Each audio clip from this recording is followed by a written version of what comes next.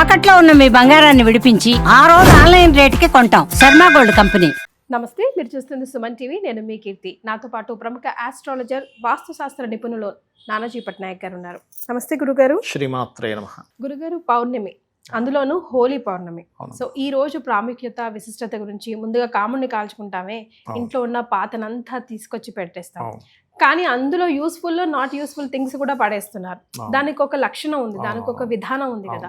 అదొక్కసారి ముందుగా మనం గుర్తు చేసుకుంటే మళ్ళీ మన పాత రోజులు వచ్చేస్తాయేమో. అవునమ్మా, అంటే యాక్చువల్గా మనకి శాస్త్రంలో చెప్పింది ఏంటంటే హోలీకి అండ్ అదేవిధంగా భోగికి ఇంట్లో ఉండేటువంటి ఇంక ఇది పనికిరాదు అని అనుకునేటువంటి ఏదైనా దోషం ఏర్పడినటువంటి దాన్ని తీసుకుని అందులో వేసేయాలి. అంటే అదే కదండి గురుగారు, జ్యేష్ఠాదేవి అంటే. అవునమ్మా, ఆ బ్యాడ్ ని తీసేయడమే కదా. అంతే కదమ్మా. ఇప్పుడు మనం వస్త్రాలు ధరిస్తాం. ఇప్పుడు బెదవాళ్ళు అంటే పాపం వాళ్ళకి లేక చిరిగినవి కట్టుకుంటారు. ఉన్నవాళ్ళైనా కనీసం చిరిగిన వస్త్రాలు కట్టుకోకూడదని చెప్తుంది శాస్త్రం. కొన్నికి కన్నాలు పడ్డము అట్లా ఉంటాయి, ధరించకూడదట. ఇంట్లో అట్లాగే విరిగిన వస్తువులు, పాడైపోయిన వస్తువులు మనం వాడట్లేదు, వాడితే వేరు, మళ్ళీ దాన్ని రిపేర్ చేసుకుని వాడే అవసరం ఉందండి, మాకు నీడ్ అవసరం. కొంతమంది బీదవాళ్ళు ఉంటారమ్మా, వాళ్ళు దాన్ని రిపేర్ చేసుకుని వాడతారు, వాళ్ళ గురించి నేను మాట్లాడలే. కానీ ఇంట్లో చాలామంది తెలియక ఏం చేస్తారంటే కుర్చీ ఉంది విరిగిపోయింది, దాన్ని అట్లా మూలన పెడుతూ ఉంటారు.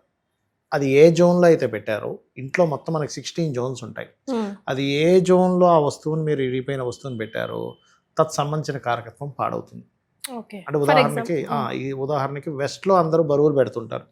వెస్ట్ లో ఎక్కువ విరిగిపోయిన వస్తువులు పెడుతుంటే మీకు వచ్చేటువంటి బెనిఫిట్స్ కూడా సగం సగంగా వస్తూ ఉంటుంది.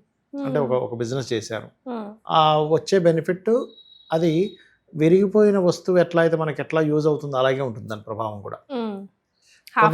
కొంతమంది నేను ఒక చిన్న కేస్ చెప్తా, అంటే ఇప్పుడు విరిగిపోయిన వస్తువుల గురించి వచ్చింది కాబట్టి. ఒక వ్యక్తి చాలా టాలెంటెడ్, ఆయన ఇంటికి వాస్తుకు వెళ్ళినప్పుడు బయటికి కనిపించట్లేదు దోషం ఎక్కడా కూడా. ఆయన ఏమంటున్నా అంటే, లేదు సార్ నాకు ఎప్పుడు ప్రమోషన్ అనేది చాలా ప్రాబ్లమాటిక్ అవుతుంది, ప్రతి కంపెనీలో నన్ను అప్రిషియేట్ చేస్తారు, నేను మంచి ఇది ఇస్తాను, కానీ ప్రమోషన్ దగ్గరికి వచ్చరికి ఏదో ఇబ్బంది పడుతుంది. అంటే ఏమి ఫాల్ట్ వస్తుంది అని చెప్పి చూస్తే పైన మనకి బాత్రూమ్ పైన అల్మార్ అలా ఉంటుంది, అది తీస్తే లోపల విరిగిపోయిన కుర్చీ ఉంటుంది అక్కడ. సీట్ అనేటువంటిది ఏంటంటే వాళ్ళ పొజిషన్, అది ఇరిగిపోయింది సౌత్ వైపు ఉంది. సౌత్ ఈజ్ ది కారక ఆఫ్ మనకి ఎవరికైనా ఇంట్లో గనక సౌత్ జోన్ పాడైందంటే, పాడవడం అంటే ఎట్లా అంటే అక్కడ బాత్రూమ్స్ పెట్టడం కానీ, లేకపోతే అక్కడ కలర్స్ బ్లూ కలర్స్ వేయడం కానీ, బాగా పెరగడం లేదా బాగా తగ్గడం కానీ సౌత్ జరిగితే, తగ్గితే ఏం కాదు కానీ ఎక్కువ పెరగకూడదు సౌత్. ఏమవుద్దంటే ఆ ఎనర్జీ పెరిగిపోయి, లేకపోతే ఇప్పుడు నేను చెప్పినట్టుగా విరిగిపోయిన వస్తువులు పెట్టడం కానీ జరిగితే ఏమవుద్దంటే మీకు కెరీర్ మీద ఎఫెక్ట్ పడుతుంది. ఎవరికైనా కెరీర్లో బాగా ఎఫెక్ట్ ఉంది అనుకునేవారు చిన్న టిప్ చెప్తా. గ్రీన్ బల్బ్ ఉంటుంది, సౌత్ లో పెట్టి చూడండి గ్రీన్ బల్బ్, మీ కెరీర్ లో డెవలప్మెంట్స్ పెరుగుతాయి. సౌత్ లో బ్లూ ఉంటే డెవలప్మెంట్స్ పెరగవు, గ్రీన్ ఉండాలి, ఎందుకంటే అది ఫైరీ ఎలిమెంట్ సౌత్ అనేది. అంటే మన బెడ్రూమ్ లోనా లివింగ్ రూమ్ లోనా? కాదమ్మా, బెడ్రూమ్ అనేది సౌత్ వెస్ట్ వస్తుంది, బెడ్రూమ్ కి కిచెన్ కి మధ్యలో south centre green bulb, green light లేదా వాల్స్ కొంచెం గ్రీన్ ఉండేలా చేసుకుంటే అది ఫైరీ ఎలిమెంట్ కాబట్టి ఫైర్ కి ఎయిర్ సపోర్టింగ్ ఎలిమెంట్ అవుద్ది. ఇప్పుడు అగ్ని వెలగాలనుకోండి ఆక్సిజన్ కావాలి, ఎయిర్ కావాలి, ఎయిర్ లేకపోతే అది వెలగదు, అంతే కదా. అట్లాగే సపోర్టింగ్ ఎలిమెంట్ అవుతుంది అది. కొంతమంది ఏం చేస్తారు, వాళ్ళకి మంచి ప్లేస్ ఉంటే మొక్కలు పెంచుకుంటారు సౌత్ లో, దెన్ ఆటోమేటిక్ గా గ్రోత్ ఉంటుంది. అలా అని నైరుతిలో మళ్ళీ పెంచకూడదు, మొక్కలు తీసుకెళ్ళి ప్రాబ్లమాటిక్ అవుతుంది. అలా పౌర్ణమికి ప్రత్యేకంగా మీరు ఇందాక అన్నట్టుగా హోలీ పౌర్ణమి నాడు తీసుకెళ్ళి ఆ కాముడిని కాల్చేటప్పుడు ఈ ఇంట్లో వస్తువులు కూడా తీసుకెళ్ళి, ఆ పాడైనటువంటి వస్తువులు అన్నీ కాదు, పాడైన వస్తువులు తీసుకెళ్ళి చేసేస్తాం. పౌర్ణమి రోజు ప్రత్యేకంగా మనకి ఏంటంటే అమ్మవారి ఆరాధన. పొద్దున్నప్పుడు మీరు హోలీ ఆడుతున్నారు, రంగులు పూసుకుంటారు, అవన్నీ ఒక ఎత్తు అయితే సాయంత్రం పూట ఖచ్చితంగా లలితా సహస్రనామాల్ని ఎక్కువగా పఠించాలి. ఇప్పుడు ఇందులో కూడా సంపుటీకరణ అంటారు. ఇప్పుడు కొంతమందికి ఉద్యోగం రావట్లేదు, లలిత సహస్రనామాలు ఒక్కొక్క నామం చేస్తూ ఇప్పుడు శ్రీమాత శ్రీ మహారాజ్ని శ్రీమత్ సింహాసనేశ్వరి నమః ఉంది, చిదగ్నికుండ సంభూత దేవకార్య సముద్యత ఉద్యద్భాను సహస్రాభ, ఇలా 1 by 1 ఉంటుంది కదా. ఇలా చెప్పేటప్పుడు శ్రీమాత శ్రీ మహారాజ్ని శ్రీమత్ సింహాసనేశ్వరి మధ్యలో ఓం మాణిక్య మకుటాకార జానుద్వై విరాజితాయ నమః, మళ్ళీ అట్లా 1 by 1 చేస్తూ మధ్యలో ఆ లైన్ పెట్టి మళ్ళీ నెక్స్ట్ లైన్ అలా కనుక చేసుకున్నట్టు. ఇప్పుడు మీరు చెప్పిన సెకండ్ మంత్రం దేనికి సంబంధించింది గురుగారు? జాబ్ కి సంబంధించింది. ఓకే, అంటే అది ఇంకొకసారి చెప్తే నేను డిస్క్రిప్షన్ లో కూడా వేయించాను. జాబ్ లో గనక ఇంప్రూవ్మెంట్స్ రావట్లేదు, కొత్త జాబ్ దొరకట్లేదు, జాబ్ లో సరైన ఎదుగుదల లేదు అనుకునేటువంటి వారు 2 నామాలు ఉంటాయి. అందులో ఒకటి ఫస్ట్ లైన్ ఇది శ్రీమాత, శ్రీ మహారాజ్ని, శ్రీమత్ సింహాసనేశ్వరి. ఇది ఫస్ట్ జాబ్ రావడానికి. కానీ ఉన్న జాబ్లో ఇంప్రూవ్మెంట్స్ రావాలి అంటే కనుక ఓం మాణిక్య మకుటాకార జానుద్వయ విరాజితాయే నమః ఇది చేసుకోవాలి.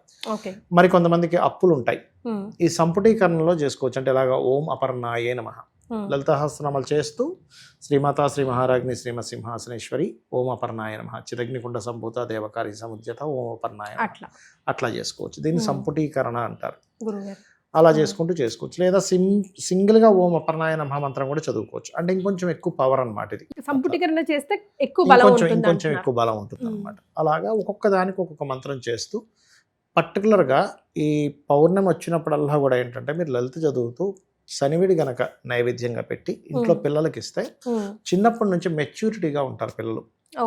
కొంతమంది చూడండి తొందరగా చిన్న చిన్న విషయాలకి బాధపడిపోవడము, అంటే తట్టుకునే శక్తి వస్తుంది. ఈ పౌర్ణమి చంద్రుడు ఉంటాడు కదా, చలివిడి, ఇంత చలివిడి చక్కగా మా ఇంట్లో ఇప్పటికీ చేస్తుంటారు. మా నాన్నమ్మ అయితే మేము చిన్నగా ఉన్నప్పుడు చేసేది. ఇంత చలివిడి చేసి 2 అరటిపళ్ళు ఆకు, ఒక దీపము, అగరబత్తి ఇవన్నీ వెలిగించి అమ్మవారికి నైవేద్యంగా పెట్టి లలిత చదువుతారు. ఆరు బయట కానీ బిల్డింగ్ మీద కానీ బాల్కనీలో చంద్రుడిది పడేటట్టుగా చూసుకొని ఆ కిరణాలు పడేలాగా పెడతారనమాట. పెట్టినప్పుడు ఆ చంద్ర కిరణాలు చంద్రమా మనసో జాత అంటారు. అంటే చంద్రుడు మనసుకు కారకుడు. ఎవరి జన్మజాతకంలో అయినా చంద్రుడు కనుక పాడైతే ఏమవుతుందంటే వాళ్ళ లైఫ్ లో చాలా ఇబ్బందులు పడుతూ ఉంటారు. స్ట్రెస్ఫుల్ లైఫ్ ఉంటుంది, చాలా స్ట్రెస్ఫుల్ లైఫ్, చాలా ఇబ్బందులు పడుతూ ఉంటారు. ఓకే, సో ఈ చంద్రుడికి సంబంధించిన రెమెడీ కూడా జరుగుతుంది ఇందులో. జరిగినప్పుడు ఏమవుద్ది, మానసిక రుగ్మతలు పోవడం, వీళ్ళకి మనశ్శాంతి ఉండడం. మనం చూడండి అన్నీ ఉన్నా నాకు మనశ్శాంతి లేదు, అన్నీ ఉన్నా నాకు మనశ్శాంతి లేదండి అంటూ ఉంటారు. ఆ మనశ్శాంతి అనేటువంటిది వీళ్ళకి లభిస్తుంది. ముఖ్యంగా ఈ హోలీ పౌర్ణమి రోజు ఎవరైతే చేస్తారో. సో హోలీ అంటే మనం జనరల్ గా ముందు రోజు కామును కాల్చుకోవడం, ఆ తర్వాత హోలీ రంగులతో ఆడటం అది మాత్రమే తెలుసు. కానీ ఈ రోజుని ఇలా గురుగారు చెప్పినట్టుగా సింగిల్ గా కానీ లేకపోతే లలిత సంపుటీకరణతో చేస్తే గనుక అనంతమైన ఫలితాలు వస్తాయని డెఫినెట్ గా చెయ్యండి. ముందు రోజులంతా మనవే. అంతే కదా గురుగారు? అంతే. శ్రీమాత్రే శ్రీమాత్రే నమః.